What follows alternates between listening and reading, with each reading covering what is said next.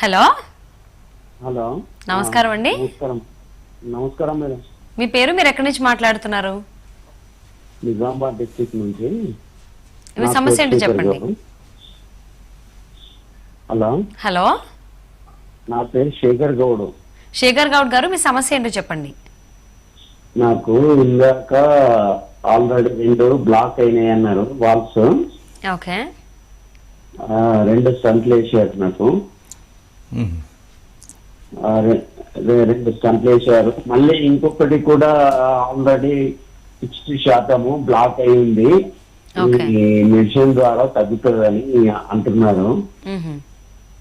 మరి దీనికి ఇంకేం మీ దగ్గర ఏమైనా పరిష్కారం ఉందేమో అని. శేఖర్ గౌడ్ గారు అయితే చాలా జాగ్రత్తగా వినండి. మీకు ఇప్పుడు బ్లాక్స్ని ఇంకొక 60% బ్లాక్ని వాళ్ళు స్టెంట్ వేయలేము. యూజువలీ ఏంటంటే ఆ స్టెంట్ వేసినా అది సరిగా పట్టుకోదు కాబట్టి 60% మేము వదిలేస్తాం అనమాట. ఎనీథింగ్ అరౌండ్ 50-60% ఉంటే మనం ఏం చేయం, దాన్ని మెడికల్ మేనేజ్మెంట్ అని చెప్పి వదిలేస్తాం. ఇప్పుడు సమస్య అది కాదు.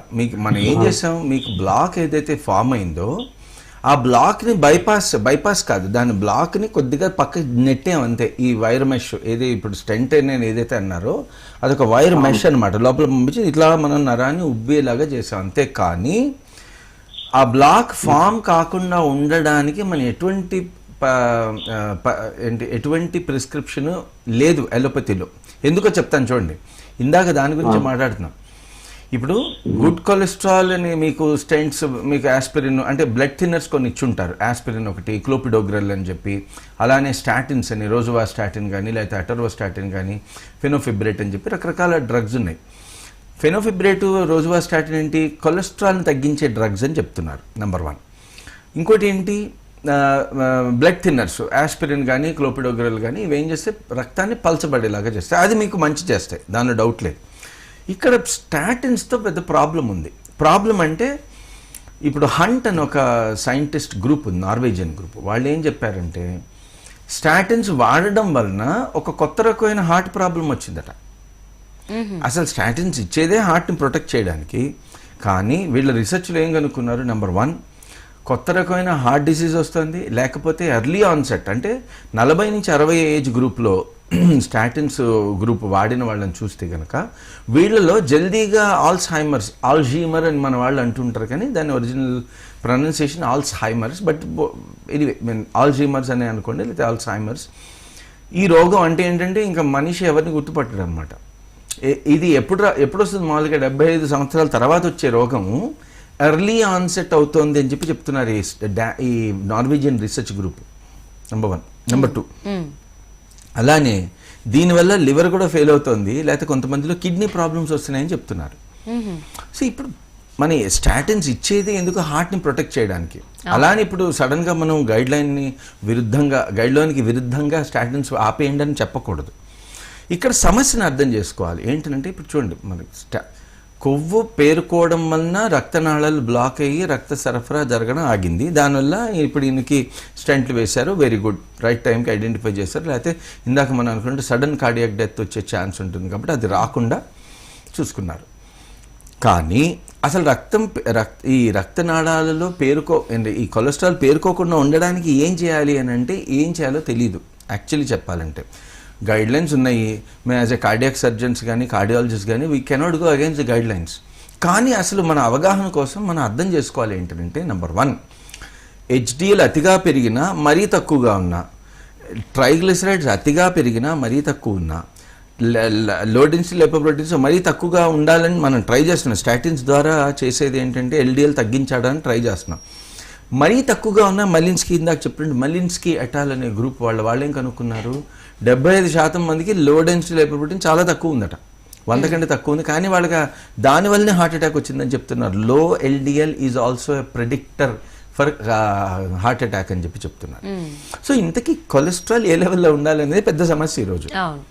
కొంత ఇప్పుడు అది కూడా తీసుకుంటే ఇంకొక ఇంపార్టెంట్ ఇన్ఫర్మేషన్, 15th December 2014లో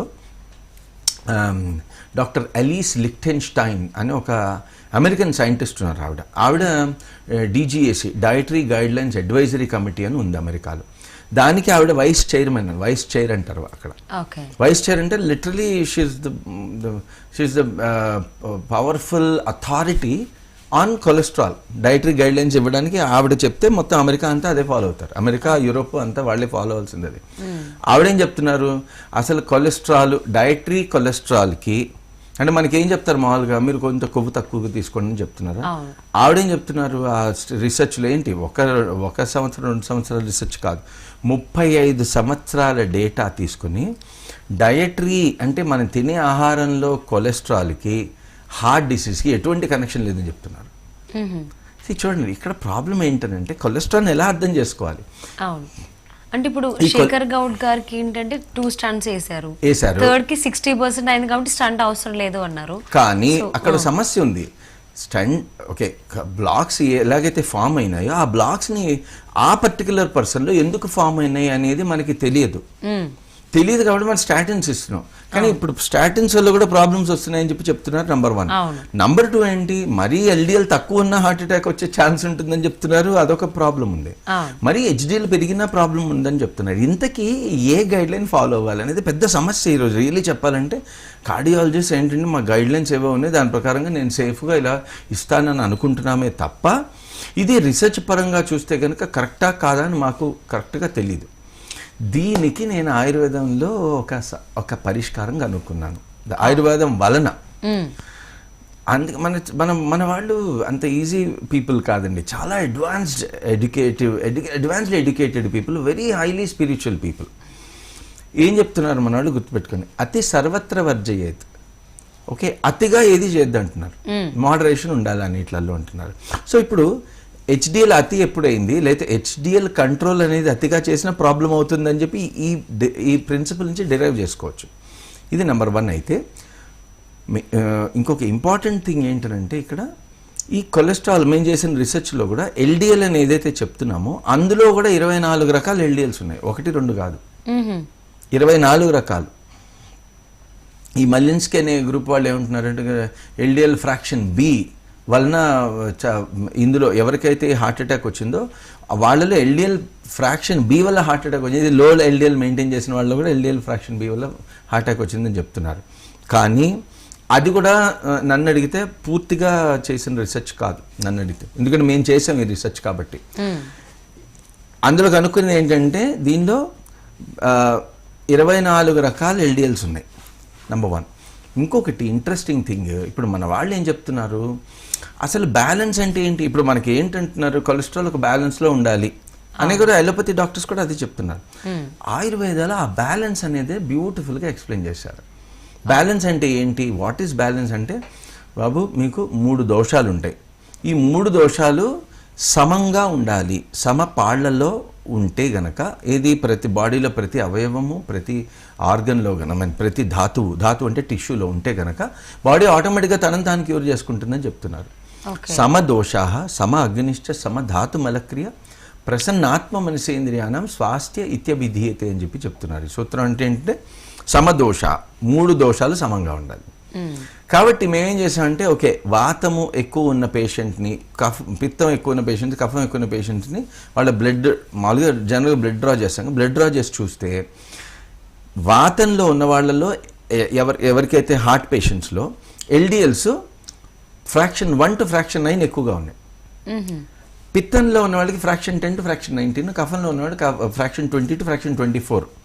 అంటే 24 రకాలు ఉంటాయని చెప్తున్నాను కదా, 9 రకాలు వాతంలో ఉన్నాయి, మిగతా 10 రకాలు పిత్తంలోనే, 5 రకాలు కఫంలో ఉన్నాయి. మొత్తం కలిపి 24 ఇలా డిస్ట్రిబ్యూట్ అయ్యి ఉన్నాయి. అంటే మనం చేసిన అప్పుడు ఎక్స్పెరిమెంట్లో పేషెంట్ బ్లడ్ నుంచి అనాలిసిస్ చేసి. ఇప్పుడు ఈ స్టాటిన్స్ అనేది అంటే కొలెస్ట్రాల్ అంటే రక్తాన్ని పల్చగా చేసే డ్రగ్స్ ఉంటాయి కదా, ఇది కొలెస్ట్రాల్ తగ్గించే డ్రగ్స్, అది ఓన్లీ ఎల్డిఎల్ ఫ్రాక్షన్స్ 20 to 24 తగ్గిస్తున్నాయి, మిగిలిన ఫ్రాక్షన్స్ తగ్గించట్లేదు. ఓకే, సో అంటే ఇప్పుడు మళ్ళీ అగైన్ శేఖర్ గౌడ్ గారికి మళ్ళీ స్టంట్ వేయాల్సిందా లేదా? అది కాదు కదా, శేఖర్ గౌడ్ గారు ఏం చేయాలనేది మనం నాడి చూస్తే కానీ చెప్పలేం. నేనేమంటే ప్రాబ్లం అర్థం చేసుకోవడానికి ఏంటి అని అంటే, ఇప్పుడు చూడండి మన వాళ్ళు ఏంటంటే వాతము ఇస్టు పిత్త ఇస్టు కఫ షుడ్ బి 1:1:1 ఉండాలి. ఇక్కడ ఏంటి LDL fractions 1 to 9, LDL fractions 1 to 9 ఏమో వాతము, ఎల్డిఎల్ ఫ్రాక్షన్స్ 10 to 19 ఏమో పిత్తము, ఎల్డిఎల్ ఫ్రాక్షన్స్ 20 to 24 ఏమో కఫము. కాబట్టి ఈ 3 ఫ్రాక్షన్స్ కూడా సమపాళ్లలో ఉంటేనే వాడు హెల్దీగా ఉంటాడు పేషెంట్. అది ఇక్కడ అది ట్రిక్ అనమాట. సో ఎల్డిఎల్ ఫ్రాక్షన్స్ 1 to 24 ఏ రకంగా ఉన్నాయని అనలైజ్ చేయాలి. అది తెలుసుకోకుండా మనం ట్రీట్మెంట్ చేయలేం. కాబట్టి ఆయుర్వేదంలో ఏం చెప్పబడింది, ఇప్పుడు మనకి అదే ఆయుర్వేదంలో మనం అప్లై చేసే ఈ నాలెడ్జ్ని నాడీ పరీక్ష ద్వారా క్లియర్గా తెలుసుకోవచ్చు. వాతమా, పిత్త ప్రధానమా, కఫ. అందుకని ఆయుర్వేదంలో హృద్రోగం అని చెప్పి, హృద్రోగం అంటే హార్ట్ డిసీజ్ అని అంటాం. హార్ట్ డిసీజ్ అనేది కూడా వాతాత్మజ హృద్రోగము, పిత్తాత్మజ హృద్రోగము, కఫాత్మజ హృద్రోగము, సహజ, క్రిమిజ అండ్ దోషజ, సహజ, క్రిమిజ, ఇంకోటి ఏదో ఉంది గుర్తురావట్లేదు ఇప్పుడు. సో అంటే వాతము వలన వచ్చే హార్ట్ డిసీజ్ ఒకటి ఉంది, పిత్తం వలన వచ్చింది, కఫం వలన వచ్చింది అని కూడా చెప్తున్నారు. ఈ ముగ్గురికి different types of diets, exercises, even medicines కూడా డిఫరెంట్గా ఉంటాయి. అందుకని మనం ఇప్పుడు ఎలోపతిలో ఏం చేస్తాం, అందరినీ హార్ట్ డిసీజ్ అంటున్నాం. కానీ వాతం వలన ఏమవుతుంది, వాత ప్రకోపం వలన ఎల్డిఎన్ ఫ్రాక్షన్స్ 1 to 9 పెరిగి దానివల్ల మనకి కొలెస్ట్రాల్ ప్లాక్ అంటే బ్లాక్ ఫామ్ అయ్యే ఛాన్స్ ఉంటుంది. పిత్తం వల్ల బ్లాక్ అవ్వచ్చు, కఫం వల్ల బ్లాక్ అవ్వచ్చు. So sorry